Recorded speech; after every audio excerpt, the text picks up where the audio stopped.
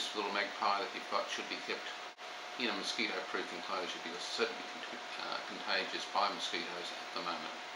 So do that for us and stop the spread of the disease, and no doubt there'll be many more around anyway, because there's plenty of monkeys around. So take it from there.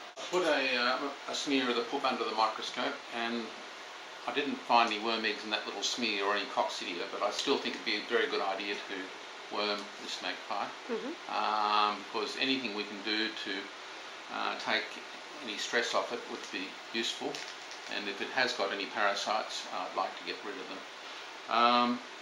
Next thing I want to do is to do just pass a crop tube and double check what's going on in the throat.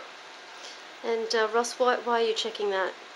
Well, one of the causes of magpies vomiting is canker or trichomoniasis. That's a protozoan infection. So we're just going to take our Maggie, who's been staying nice and calm, and I'll use my towel. I just don't want pox virus all over me, and I can avoid that. So we'll just secure the Maggie this way, just around the wings, and we can have Maggie sitting up like that. This Maggie's very close to being deady bones, as even though it's calmed, still a worry.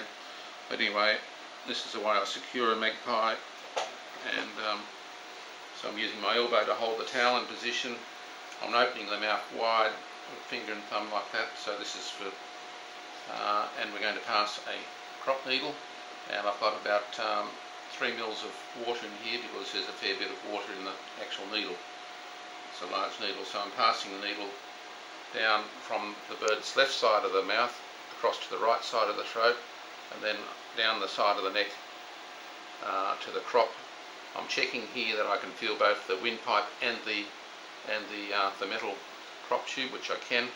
I'm flushing in the water, and then I'm just going to suck back and forth a few times. And if you're having difficulty getting food into this magpie, well, this is what I would be doing. You could use some Nutrical or Nutrigel if you need to, some polyade perhaps, and I'm just sucking back a little bit as I'm drawing the tube out, and then we'll have a look at what I've got out under the microscope. We'll bless our little friend. I always say blessings to any little birdie that comes into my hands.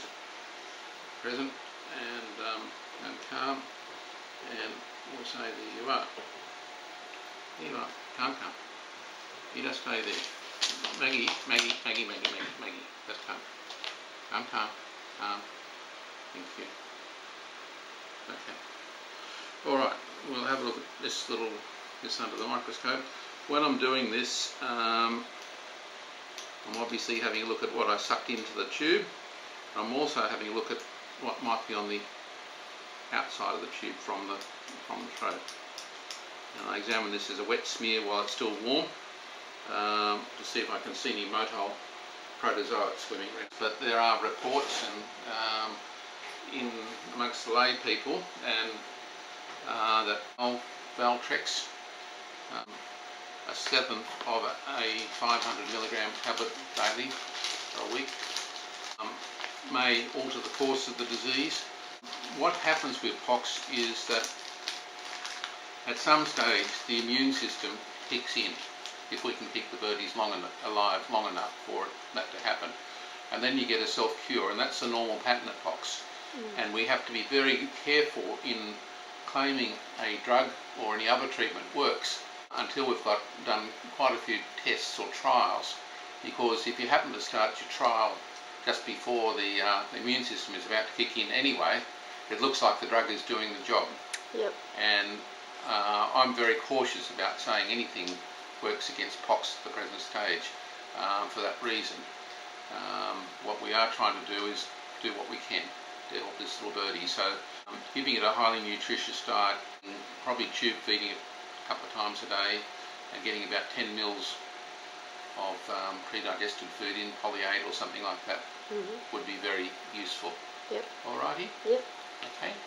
So we'll wish this little one well, and I've given you a script for that drug.